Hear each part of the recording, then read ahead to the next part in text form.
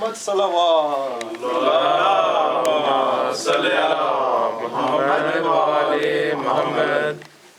اعوذ باللہ من الشیطان الرجیم. بسم اللہ الرحمن الرحیم.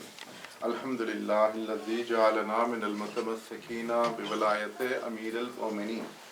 صلوات پڑھ لیجیے. اللهم صل على محمد وآل محمد. ولعنۃ اللہ علی امیر المؤمنین.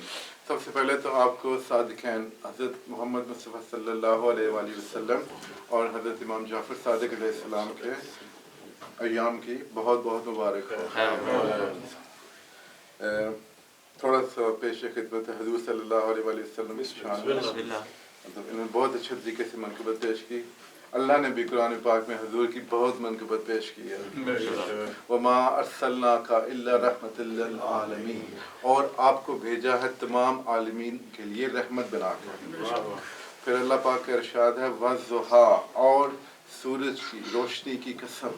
وَاللَّيْلِ إِذَا سَجَىٰ. اور رات کی جب وہ چھا جائے. مَا وَدَّعَكَ رَبُّكَ وَمَا قَلَىٰ. نہ تمہارے رب نے تمہیں کبھی چھوڑا اور نہ کبھی تم سے بیزار ہوا. پیار ہے نا, پیار ہو تو ایسا ہو. اور پھر حضور صلی اللہ علیہ وآلہ وسلم کے متعلق ایک جب اللہ پاک نے ارشاد فرمایا یا ایھا النبی انا ارسلناک شاہدا ومبشرا ونذیرا. اے نبی ہم نے تمہیں بھیجا گواہ کے طور پہ, مبارک دینے والا, بشارت دینے والا اور ڈرانے والا. وَدَاعِيًا إِلَى اللَّهِ. اور اللہ کی طرف دعوت دینے والا بِإِذْنِهِ اس کے حکم سے. وَالسِّرَاجَ مُنِيرًا. اور چمکتا ہوا روشن چراغ. شاہد گواہ کو کہتے ہیں. اس کے بارے میں ایک اور جگہ پہ اللہ پاک کا ارشاد ہے فَكَيْفَ إِذَا جِئْنَا مِن كُلِّ أُمَّةٍ بِشَهِيدٍ وَجِئْنَا بِكَ عَلَىٰ هَٰؤُلَاءِ شَهِيدًا.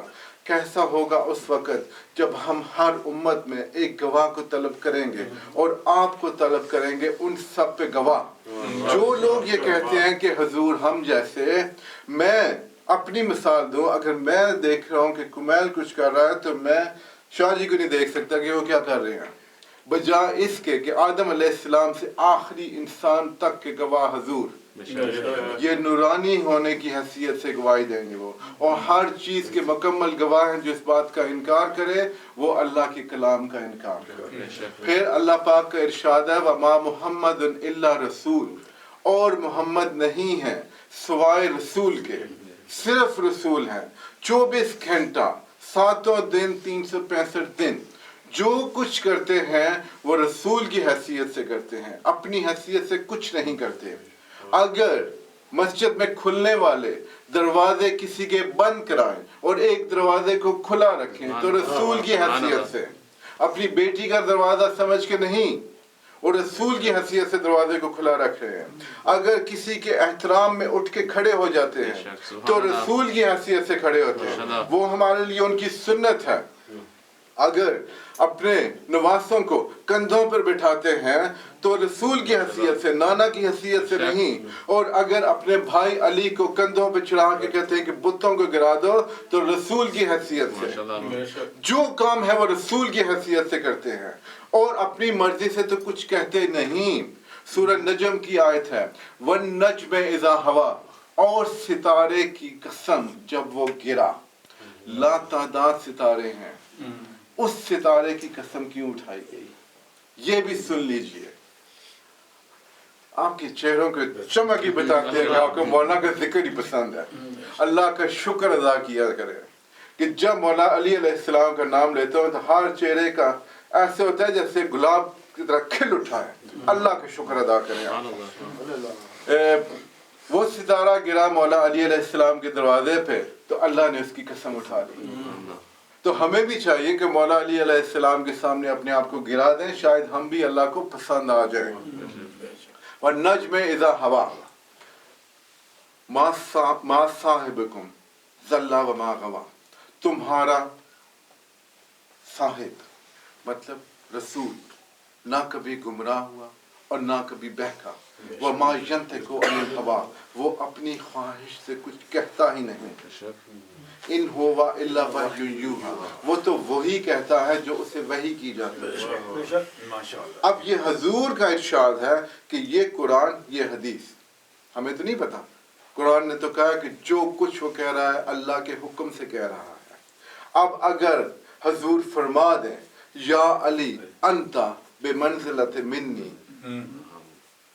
یا علی انت منی بمنزلت ہارون من موسیٰ, اے علی تم میرے لیے اسی منزلت پہ ہو جس پہ ہارون موسیٰ کے لیے تھا. الا لا نبی بعدی, سوائے اس کے کہ میرے بعد کوئی نبی نہیں ہے. اب یہ ایک ایسی حدیث ہے کہ اگر انسان اس کو سمجھ لے تو ساری دنیا شیعہ ہو جائے. سچی بات ہے. اگر قرآن پڑھیں اور اس حدیث کو پڑھیں تو پھر کوئی بندہ بھی اشہد ان محمد عبدہ و رسولہ پہ نہ رکے. دلیل, جب اللہ نے کہا نا موسیٰ علیہ السلام سے کہ اذهب الی فرعون انہ طغی, جاؤ فرعون کے پاس وہ سرکش ہو گیا ہے, تو موسیٰ علیہ السلام نے اللہ کے سامنے کچھ فرمائشیں رکھ دیں. ظاہر ہے بہت ہی لاڈلے نبی تھے, تو اللہ سے انہوں نے کہا کہ رب اشرح لی صدری, کھول دے میرا سینہ, ویسر لی امری, اور میرے لیے میرا امر کام آسان کر دے, واحلل عقدۃ من لسانی, اور میری زبان کی گرہ کھول دے. آپ کو پتہ ہے کہ موسیٰ علیہ السلام کی زبان میں لکنت تھی. وَيَفْقَهُ قَوْلِي, تاکہ وہ لوگ میری بات کو سمجھ سکیں. وَاجْعَلْ لِي وَزِيرًا مِّنْ أَهْلِي هَارُونَ أَخِي, اور میرے لیے میرا مددگار, میرا وزیر بنا میرے اہل میں سے میرے بھائی ہارون کو. اب اگر آپ یہ دیکھیں کہ موسیٰ علیہ السلام اللہ سے کہہ رہے ہیں کہ میرے لیے مددگار بنا, تو پھر اگر تو مدد مانگنا شرک ہوتا تو پھر اللہ فرماتا نا کہ شرک نہ کرو, میرے سوا کسی اور کی مدد تمہیں نہیں چاہیے. لیکن یہ مولا علی علیہ السلام کی دشمنی کی سوا کچھ بھی نہیں ہے کہ کہتے ہیں کہ غیر اللہ سے مدد نہ مانگو. دن کا آدھا گھنٹہ بھی آپ کا نہیں گزر سکتا کسی سے مدد مانگے بغیر, انٹینشنلی اور ارادی طور پہ یا غیر ارادی طور پہ. اسپیکر میں پرابلم ہو جائے, میں ناصر بھائی سے کہوں گا اس کو ٹھیک کر دے, یہ مدد ہوگی نا. پانی چاہیے, ان سے کہوں گا مجھے پانی دے دے, یہ مدد ہوگی. ہر طرح کی مدد انسان کو ہر وقت چاہیے ہوتی ہے. صرف مولا مشکل کشا کی دشمنی ہے اور کچھ بھی نہیں ہے. تو اللہ نے ارشاد فرمایا کہ تم نے مانگا میں نے تمہیں دیا, مددگار دیا. اب کیا تھے موسیٰ علیہ السلام کے لیے ہارون؟ ان کے بھائی, وزیر, مددگار اور خلیفہ. اب موسیٰ علیہ السلام کے امتیوں کے لیے یہ ضروری تھا کہ وہ موسیٰ کے ساتھ ساتھ ہارون کی بھی نبوت کا اقرار کریں, جیسا کہ جادوگروں نے کہا تھا کہ رب موسیٰ و ہارون. اسی طرح حضور صلی اللہ علیہ وآلہ وسلم کے امتیوں پہ بھی یہ فرض ہے کہ وہ جب کہیں کہ میں گواہی دیتا ہوں اشہد ان لا الہ الا اللہ وحدہ لا شریک لہ واشہد ان محمد عبدہ و رسولہ, تو انہیں کہنا پڑے گا اشہد ان علی ولی اللہ. ادھر رکے نہیں بلکہ وسیع رسول اللہ و خلیفۃہ بلا فصل. یہ سوائے شیعوں کے کوئی بھی نہیں کہتا. اور ہم پہ لگتے ہیں گمراہی کے فتوے اور کفر کے فتوے. کفر کیوں ہوتا ہے بھائی؟ اس لیے کہ ہم مولا علی سے محبت کرتے ہیں اور ان کے دشمنوں سے نفرت کرتے ہیں, اس وجہ سے. تو ہم تو ہاتھ کھول کے, سینہ کھول کے کیوں نہ کہیں. مجھے ندیم سرور کے وہ بول بہت پسند ہے جس میں اس نے کہا کہ میرا سبحان اللہ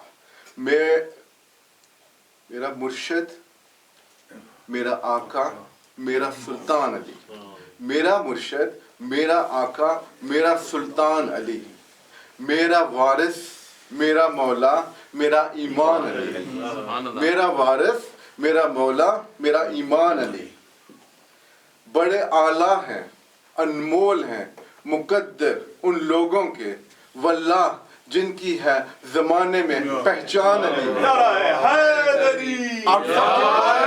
ہم سب کی پہچان علی ہے نا. ہم صرف شیعہ تو نہیں ہیں, ہمارا پورا نام ہے شیعان علی. اگر کسی کو برا لگے تو لگے. اور آخری جو شعر ہے وہ تو ہر ایک شیعہ کے دل کی خواہش ہے. وہ کہتا ہے کہ میرے دل میں تو ہر دم بستا ہے علی, کاش ایک روز میرے گھر میں ہو مہمان علی. صلوات پڑھ.